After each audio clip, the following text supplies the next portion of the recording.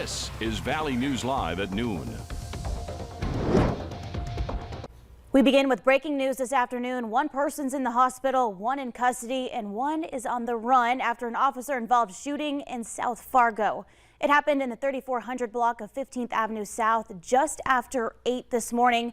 Valley News Team's crime and safety reporter Bailey Hurley is live from the scene to explain what happened and the latest on the investigation. Bailey?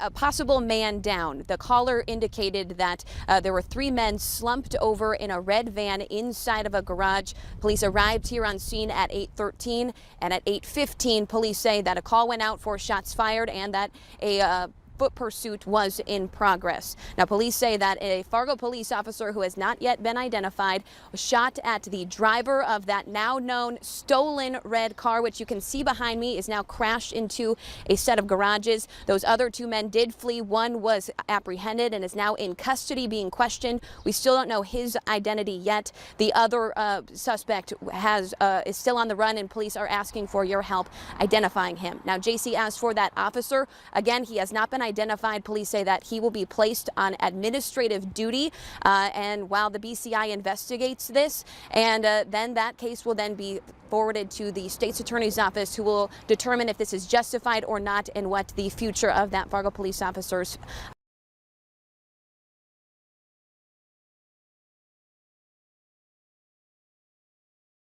Thank you, Bailey, and we'll continue to update this story throughout the day as we learn more. Check ValleyNewsLive.com and the VNL News app for the very latest.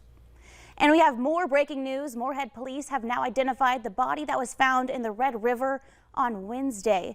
Police identified him as 35-year-old Emmanuel Chia. The medical examiner did not find evidence of significant trauma, but the final autopsy report has not yet been completed. Turning our attention to the weather, let's get a check of your afternoon forecast with meteorologist Nathan Hopper. Nathan? Yeah, thanks, JC. Happy Friday, everybody. Fantastic look from our Luther Family Ford's sky cam at this time.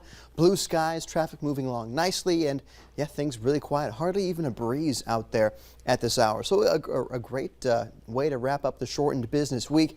But going into the weekend, of course, we do have a bit more active weather to talk about. Of course, temperatures right now, we're in the it looks like 70s for everybody. 77 there in Roseau and Baudette, 74 Thief River Falls, 78 in Fargo and in Grand Forks, and then seeing that to 79 there for our friends in Wahpeton at this hour. There's warmest spot there. Yeah, Sisseton there, 81, the hot spot. So mainly clear skies for pretty much everybody. A few passing clouds here or there, but I was watching all morning long this little cluster of rain. Look at how that quickly dissipated here once we hit about the 11 o'clock hour. Now, my attention turns to the stuff from Minot up toward Williston, as that could move through overnight tonight and bring us some morning showers tomorrow. But for the rest of this evening, I guess this afternoon into this evening here in Fargo, expecting temperatures in the low 80s to stay pretty stable with that wind, about 5 to 10 miles per hour. So light wind for us and quiet conditions. But of course, JC, we have 2 first alert weather days for the weekend. Yep, Saturday and Sunday. Chances of severe storms both days, so of course we'll break down those details here in a few minutes. All right, we'll check back with you in just a little bit. Thank you, Nathan. Former Japanese Prime Minister Shinzo Abe has died after being shot during a campaign speech near Osaka. As Ian Lee explains, the country has some of the strictest gun laws in the world.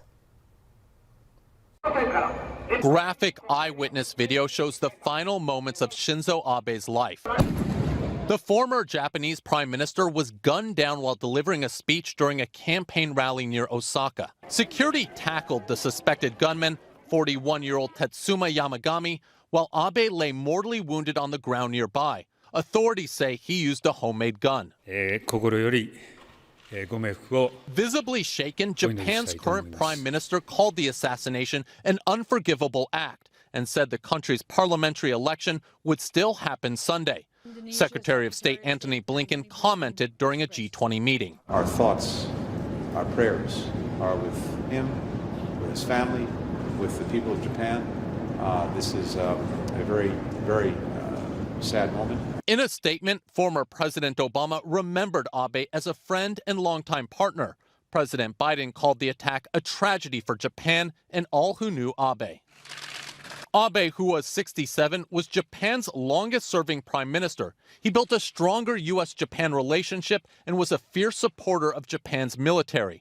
He left office in 2020 due to health issues. The UN Human Rights Council held a moment of silence in his memory. Ian Lee, CBS News, London. Authorities say the gunman had a personal, not political grudge against Abe.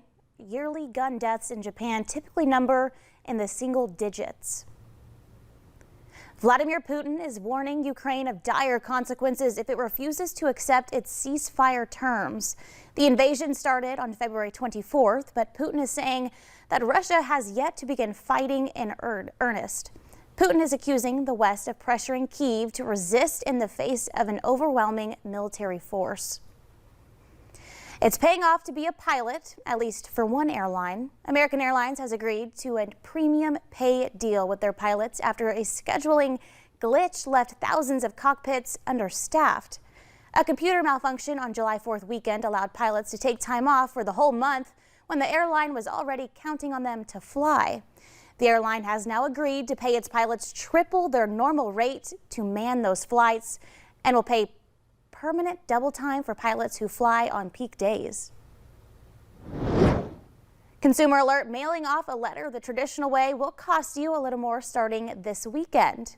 The United States Postal Service is raising the price of postage on Sunday. It'll cost you 60 cents to buy a first-class mail forever stamp, a slight increase of its 2 cents per stamp. The prices for domestic postcards and sending an international letter are also going up. USPS to inflation and increased operating expenses as the reason for the price hike. The Red River Valley Fair finally kicks off today, and they have some of the things you need to know before you go. It's a good idea to purchase online instead of at the gate because ticket prices cost more the day of. You'll also be able to get in quicker if you print or screenshot the QR code off of your ticket. And remember, ND Sober Ride is offering $10 off Lyft rides in Fargo.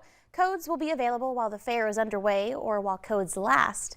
Use the code on your screen to get a $10 off for a ride. Coming up at noon, shocking results. DNR are using electrical currents to reel in some fish. But next, a warm and sunny Friday, but storms are expected for the weekend. Nathan Hopper has a check of your First Alert weather days.